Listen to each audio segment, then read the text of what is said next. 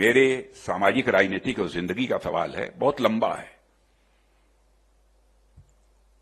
और आप सबको जानकारी नहीं होगी। पार्टी ऑर्गेनाइजेशन में भी डिस्ट्रिक्ट लेवल से लेकर हाईएस्ट लेवल किसी ऑर्गेनाइजेशन में जो हो सकता है, वहां भी मैंने काम किया है, हर स्टेप पर काम किया है, हर स्टेप पर काम किया। पॉलिटिकल पार्टी के यूथ विंग का भी district president, main political party का भी district president, state president, national president, दो बार, स्टेट में भी कैबिनेट मिनिस्टर, स्टेट का चीफ मिनिस्टर, और 5 बार या 4 बार, मुझे याद नहीं है, इस भारत करना चाहूंगा। सबसे बड़ी चीज होती है अहंकार की, ईगो की। और मैं देखता हूं कि हमारे जो क्लरिकल स्टाफ भी होता है, कभी कभी वो कहते हैं, वाह हम उसके पास क्यों जाए, हमारे बगल में बैठा है, क्या वो हमसे ज्यादा जानता है, और शर्म महसूस करते हैं। मित्रों, मैं बतलाता हूं, चाहे किसी ऊंचे पद पर कोई क्यों न बैठा हो, और मैं अपनी जिंदगी में उतारने की मैं कोशिश करता हूं। मैं सामान्य जो हमारे यहां काम करने वाले लोग हैं, उनको कभी मैं डांटता नहीं हूं।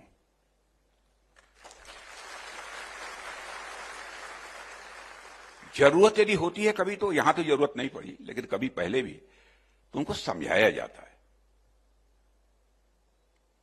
ईगो की प्रॉब्लम ये बहुत ही डेंजरस होती है, इससे हम सबको बचना चाहिए। विनम्रता और शालीनता सदैव मित्रों पे करती है,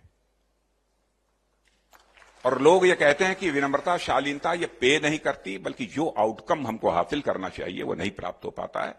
मैं कहता हूं, यह कहने वाले लोग कायर होते।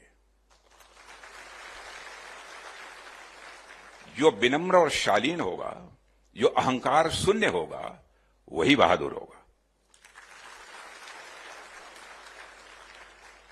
और अहंकार एक ऐसी चीज होती है जो व्यक्ति को बहुत ही छोटा बना देती है, बहुत छोटा। वो अपने आप समझता है कि मैं बहुत बड़ा हूं, मैं मंत्री हूं, मैं मुख्यमंत्री हूं, मैं ये हूं, मैं वो हूं, यह सब लगेगा, लेकिन अहंकार व्यक्ति को बहुत ही छोटा बना देता है।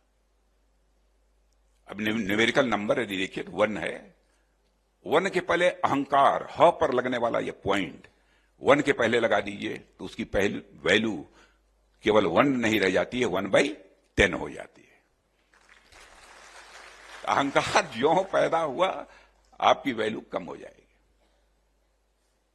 और साथ ही यदि कुछ बात यदि कहीं पर कोई जिस प्रकार की क्लैरिटी चाहिए उस प्रकार की क्लैरिटी नहीं है, तो आप निश्चित रूप से अपने जूनियर से भी पूछिए, कहा भाई तुमको यदि समझ में आता हो जरा बताओ इसमें क्या हो सकता है। और मिलकर काम करने का,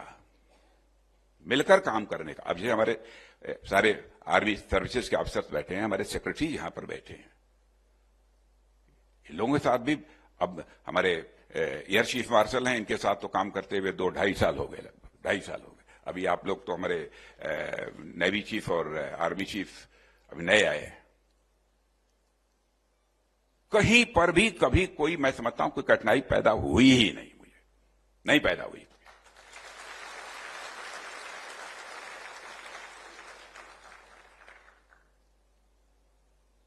मैंने देखा है कि ये देखते हैं मैं भी क्या सोच रहा हूं, उसमें जहां कुछ हमको भी उनको लगता है कि इसमें कुछ सुझाव देना चाहिए, सुझाव भी देते हैं, और सुझाव देते हैं तो मैं उसे मान लेता हूं।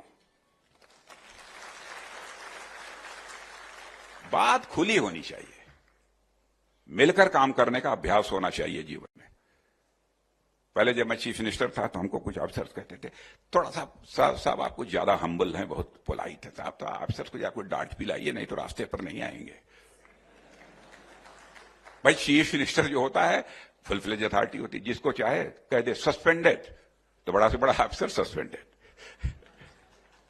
इतनी बड़ी अथॉरिटी होती है, उसको कोई चैलेंज नहीं कर सकता। लेकिन नहीं, सभी लोगों को कॉन्फिडेंस में लेकर उनको सम्मान देते हुए, हर व्यक्ति का सम्मान होता है, झाड़ू लगाने वाले का सम्मान होता है, ये हमको कभी नहीं भूलना चाहिए।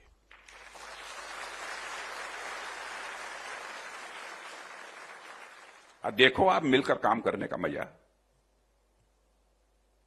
मिस्टर ए और बी दोनों मिलकर काम करें तो आपने देखा होगा, मैथमेटिक्स यदि आपने पढ़ी होगी, a + b whole square is equal to not only a² + b², but you will get something additional, that is something +2AB।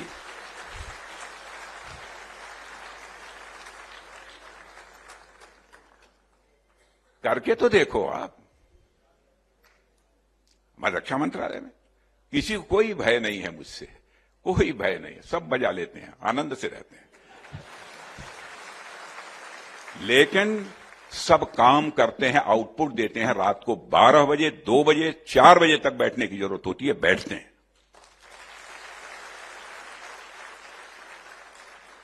मैं समझता हूं उनका विश्वास है हमारे ऊपर। हमारे मंत्री जी ने कह दिया है तो उनकी अपेक्षा है तो हमको पूरा करना है, चाहे हमको पूरी रात ही क्यों न जगना पड़े।